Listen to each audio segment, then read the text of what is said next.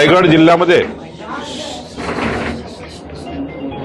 जिल्हाधिकारी यांच्या कार्यालयामध्ये महसूल, मुद्रांक आणि भूमी अभिलेख विभागाचा आढावा त्या ठिकाणी घेतला।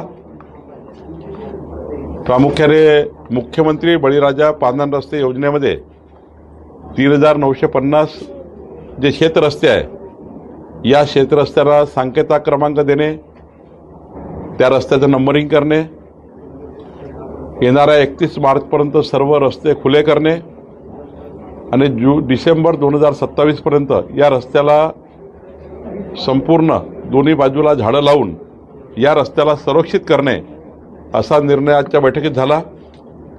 सोबतच 1 जानेवारी 2011 पूर्वी जी काही बांधकामे शासकीय जागावर अतिक्रमण झाले असतील, ज्यांना लोक राहायला आले असतील, त्या सर्वांचं सर्वेक्षण करून या सर्वांना त्यांच्या मालकी हक्काचे कागदपत्र तयार करणे, त्याचं स्वामित्व देणे, याकरताही सर्वेक्षणाचा निर्णय आम्ही केला।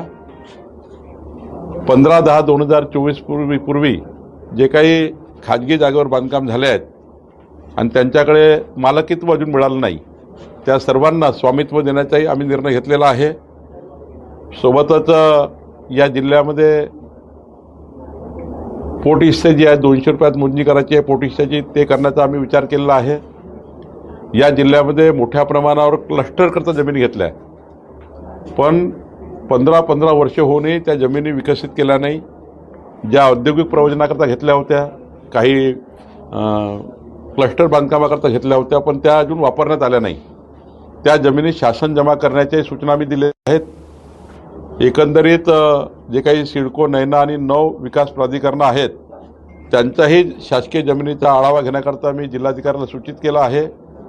अनिर्बंधित वापर जो सुरू झालेला आहे काही ठिकाणी, तो वापर थांबवण्याच्याही सूचना मी जिल्हाधिकाऱ्याला दिलेल्या आहेत आणि पुढच्या 3 महिन्यामध्ये या जिल्ह्यामध्ये पुन्हा एकदा एकंदरीत संपूर्ण विषयाची सुसूत्रता करण्याचा विचार आम्ही केला। या जिल्ह्याची संपूर्ण मोजणी जी आहे झाली पाहिजे। पुढच्या 2 वर्षामध्ये सर्व नगरपालिका नक्षा योजनेमध्ये आम्ही घेणार आहोत। प्रत्येक प्रायव्हेट घराची सरकारी मोजणी आम्ही करणार आहोत। या ठिकाणी 15 डेमध्ये कुठलाही अर्ज मोजणीचा आला तर तो निघाला पाहिजे, 15 दिवसातच मोजणी झाली पाहिजे, हा निर्णय आम्ही घेतलेला आहे। याकरता जे भूमी अभिलेख आहे त्यालाही मजबूतीकरणाचा निर्णय आम्ही केला आहे। मुद्रांक शुल्क विभाग जो आहे त्यामध्ये जे काही तक्रारी येतात त्या तक्रारी येऊ नये याची काळजी आम्ही घेतली आहे। एकंदरीत 2-2.5 तासाच्या बैठकीमध्ये महसूल विभाग गतिमान, पारदर्शी आणि लोकाभिमुख करण्याचा विचार आम्ही केलेला आहे आणि यातनं आम्ही पुढे जातो आहे। त्या ठिकाणी पण बघितलंय स्टेज तर सलोखा योजना पण आजच्या पेपरमध्ये आलेली आहे की 1 जानेवारी 27 पर्यंत सलोखा योजना, तर त्यासाठी सगळ्यांनी पटापट त्याच्याबद्दल 2 शब्द तुम्ही सांगितलं तर बरं होईल। नाही, आता तर एका परिवारात जर घरामध्ये वाटणी करायची असेल, शेतीमध्ये वाटणी करायची असेल आणि वडिलोपार्जित घर असेल तर 500 रुपयाच्या स्टॅम्पवर फक्त त्या ठिकाणी रजिस्ट्रेशन करू शकतो। आता त्या ठिकाणी स्टॅम्प ड्युटी भरण्याची गरज नाही, हे त्या ठिकाणी महत्त्वाचं आहे। काही मुद्रांक शुल्काची कमी जास्तपणा झाली असेल ती सलोखा योजनेमध्ये दुरुस्त करून देण्याची मुदत दिलेली आहे, त्यांनाही कुठलाही दंड आकारला जाणार नाही आणि या ठिकाणी अशा अनेक योजना आपण मुद्रांक विभागात राबवतोय।